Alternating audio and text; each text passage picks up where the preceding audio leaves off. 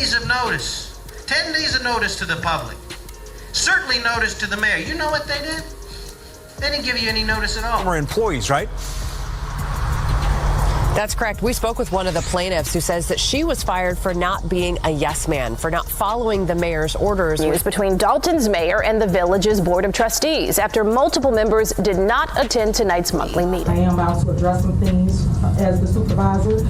There will be no comments. There won't be anything. It'll just be me addressing you guys to tell you what's going on. It began like any other dull local board meeting, a typical Tuesday in Dalton, Illinois, until Mayor Tiffany Henyard stepped into the spotlight alone. No trustees, no quorum, just her and a microphone. What followed? A spectacle, not a meeting, not governance, no. This was pure theater, a bold, defiant performance aimed not at the board, but at a shrinking audience, and perhaps more crucially to the cameras. "This is not a Q&A," she proclaimed. "This is my statement." And just like that, Dalton's political circus had found its new star. But that was only the opening act. Behind the scenes, the walls were already closing in. Henyard wasn't just facing criticism from the press or political rivals. No, this time, the real danger was coming from her own camp.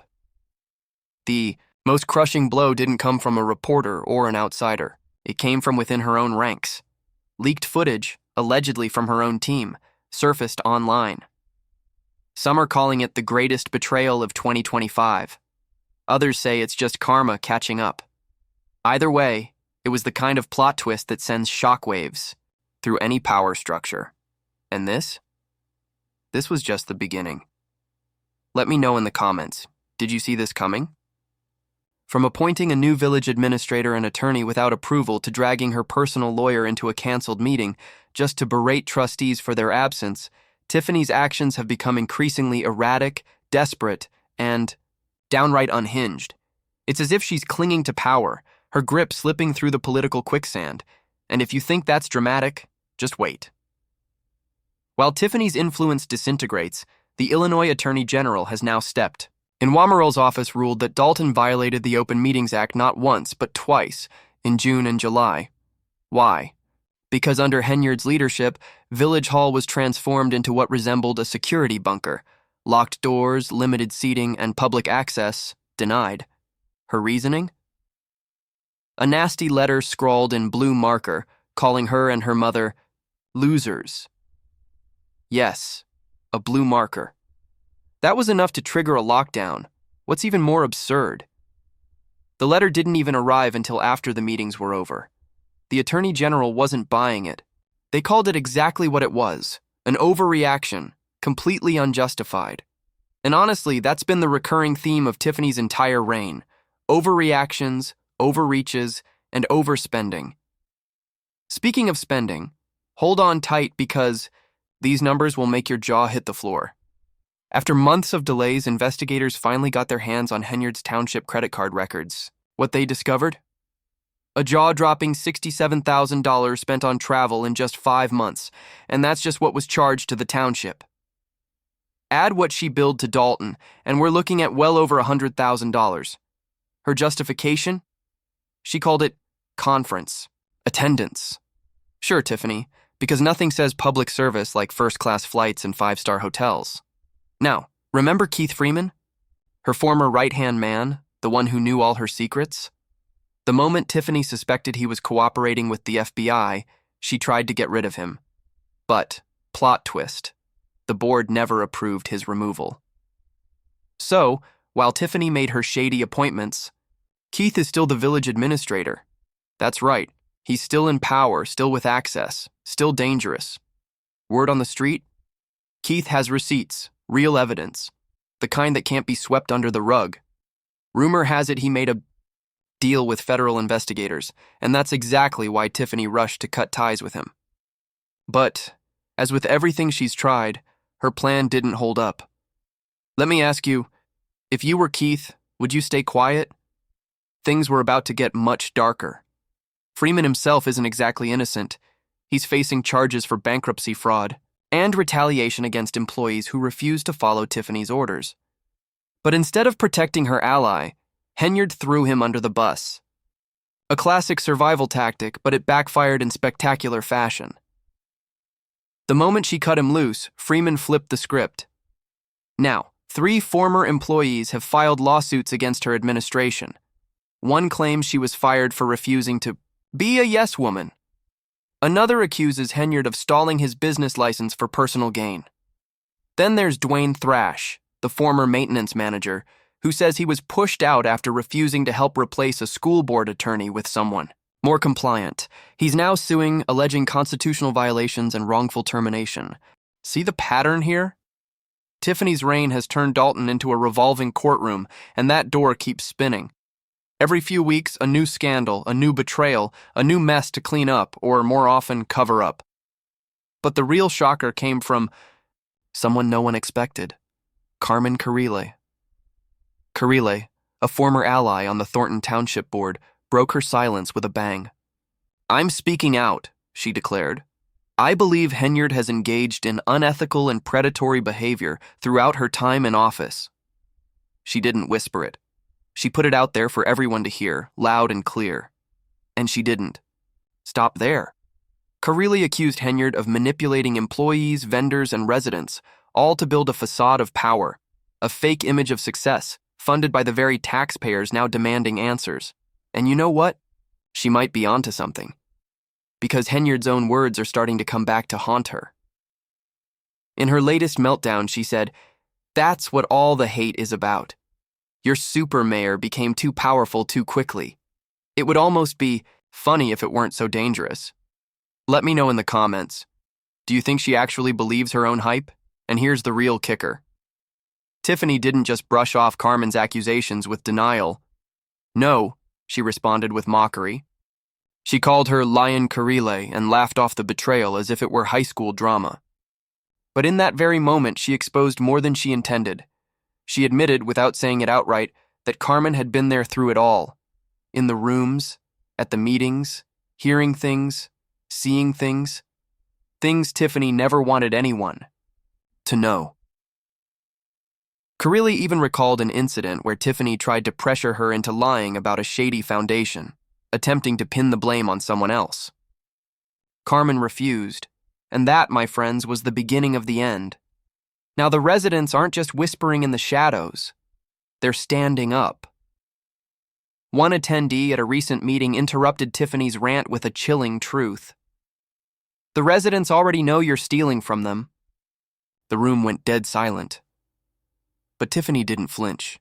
Instead, she doubled down, claiming she was on a divine mission, calling herself rare and unique. It was surreal, like watching someone perform for an audience that no longer exists. This isn't leadership. This is delusion on full display. So where does all of this leave us?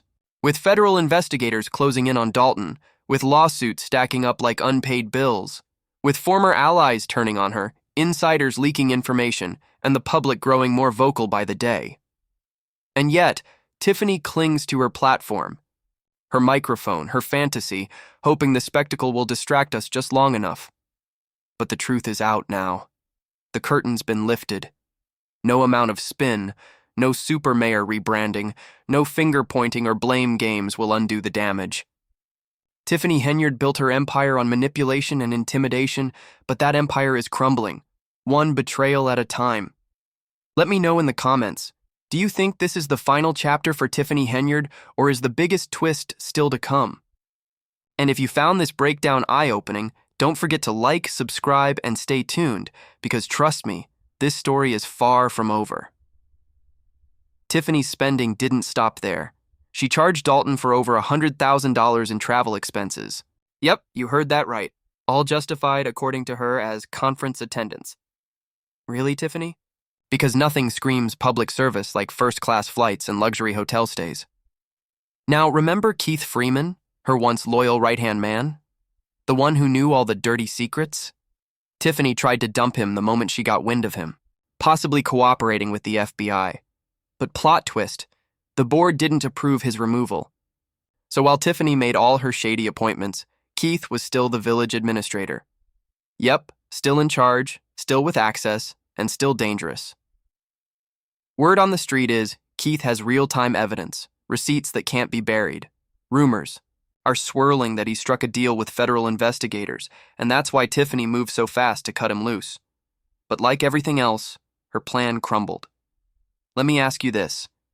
If you were in Keith's shoes, would you stay quiet? Here's where it takes a darker turn. Freeman's not exactly a saint himself. He's facing serious charges: bankruptcy, fraud, and retaliation against employees who refuse to follow Tiffany's orders. But instead of protecting her ally, Henyard threw him to the wolves. A classic survival move. Except it backfired. The moment she turned on him, Freeman flipped the script. Now, 3 employees are suing her administration. One claims she was fired for refusing to be a yes man. Another alleges Henyard stalled his business license for shady reasons. Then there's Dwayne Thrash, the former maintenance manager, who says he was ousted after refusing to help replace a school board attorney with someone more cooperative. Now he's suing, claiming constitutional violations and wrongful termination. See the pattern? Tiffany's administration has turned Dalton into a courtroom merry-go-round, and that door just keeps spinning. Every few weeks there's a new scandal, a fresh betrayal, and another mess to clean up, or, more often than not, cover up. But the real game changer came from someone no one saw coming: Carmen Curle. Curle, a former ally on the Thornton Township Board, came out swinging. "I'm speaking out," she declared. "I believe Henyard has engaged in unethical and predatory behavior throughout her time in office." She didn't whisper it. She said it loud, on the record, for everyone to hear. But she didn't stop there. Curle accused Henyard of manipulating employees, vendors, and residents, all to construct a false image of power, an illusion of success, funded by the very taxpayers now demanding answers. And honestly, she might be right. Henyard's own words are catching up to her. In her latest meltdown, she said, "That's what all the hate is about. Your super mayor became too powerful too quickly. It would almost be laughable if it weren't so dangerous." Tell me in the comments, do you think she actually believes her own hype? And here's the kicker. Tiffany didn't just deny Carmen's accusations, she mocked them. She called her lion Curle and dismissed the betrayal like it was some kind of high school drama. But in doing so, Tiffany revealed more than she intended. She indirectly admitted that Carmen had been there, hearing the secrets, seeing the shady dealings, being a part of everything Tiffany never wanted to come to light. Curle even recalled an instance where Tiffany tried to pressure her into lying about a suspicious foundation, attempting to pin the blame on someone else. Carmen refused. And that moment, folks, marked the beginning of the end. Now the residents aren't just whispering in dark corners, they're standing up. At a recent meeting, one person interrupted Tiffany's rant with a simple but chilling truth. The residents already know you're stealing from them. The room went stone cold. But Tiffany didn't flinch. Instead, she doubled down, claiming divine purpose, calling herself rare and unique. It was like watching someone perform for an audience that had already left the building. This isn't leadership. It's delusion, on full display. So where does all of this leave us? Federal investigators are now locked on Dalton. Lawsuits are piling up like overdue bills. Former allies are flipping, insiders are leaking, and the public is getting louder by the day.